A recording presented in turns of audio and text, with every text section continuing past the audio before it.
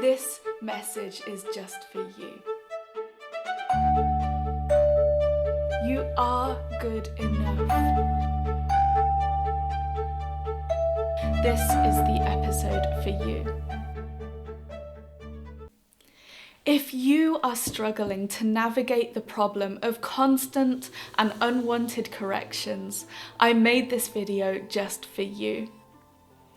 Now, one of the major sticking points when it comes to putting ourselves out there and speaking in our new language is the fear that other people are going to be very helpfully unhelpful with their corrections and feedback. And for some of us, we become afraid to talk because we're afraid that people are going to correct us all the time. Or maybe they actually already are. And as language learners, it's normal. We've all met those people who jump in at every opportunity with well-intentioned advice. And if that's happening to you, you've got a couple of options here. We could quickly come to the conclusion that, as Jean-Paul Sartre says, hell is other people. Or we could start telling people how we would love for them to help us better. Because the thing with corrections is, it isn't a question of one right way and a bunch of wrong ways masquerading as other options. I know people who genuinely feel like not correcting their mistakes is doing them a disservice. It's kind of letting them go around embarrassing themselves. So what I wanted to say today is not to prescribe one way to do things. It's to urge you to have the conversation with every single one of your language partners or every new one-to-one tutor. Because one thing is for sure, and that's that being constantly interrupted with corrections when you're speaking is never beneficial. It breaks your fluency because you never have the opportunity to get that flow going, and you're constantly anticipating the next interruption, and all your brain power is being spent worrying about forming perfect sentences rather than being present in the conversation and making those genuine connections. And often it's also not very helpful because so many of the mistakes that we make when we're speaking in real time are actually things that we already know. They're the Chomskyan performance errors rather than competence errors. So having them constantly picked up doesn't really do us any good at all. So what would be better? Well, here are 6 things that you could ask for, depending on your relationship, that don't involve constant corrections. Number 1, you could ask for no corrections at all. And that's a perfectly valid choice, especially when you're just starting out.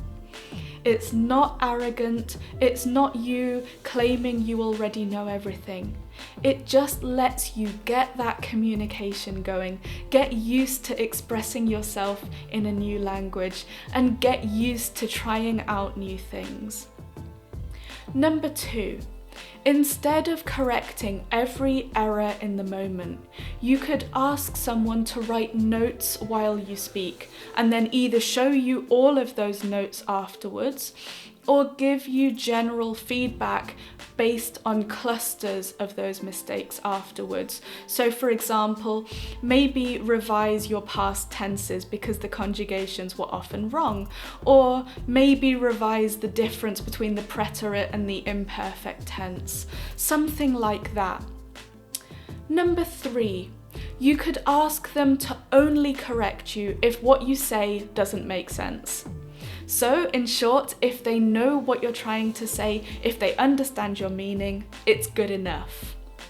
Number 4, you could ask them to only correct you if your mistake changes the meaning of the sentence. Number 5, you could ask them ahead of the conversation to help you to focus on one aspect of grammar or pronunciation that maybe you're working on and only correct that one thing. And number 6, you could ask them to correct a mistake only if you make it consistently or if it particularly stands out. So if they've been talking to you for a while and you're doing something a lot, then they bring it up. But the first few times, they let it go. And the other thing is that in a language exchange situation, it doesn't need to be a perfectly symmetrical setup. You don't need to both want the same thing, as long as you can accommodate each other's preferences. But definitely have that conversation. Find out what they want. Tell them what you want. And try a few things out together. And then keep trying the new things out as you progress in your languages, because what works for you both now might not still fit in a month, a few months' time. And always remember, in language learning and in life, if you don't like how the conversation is going, you can change it. And most people that you'll meet on your language learning journey, they want to be helpful. They want to be supportive. So help them to help you. And while you're there, if you know any other language learners who need a bit of a language boost, please tell them about the Language Confidence Project. Send them this video, like this video, or subscribe to my channel.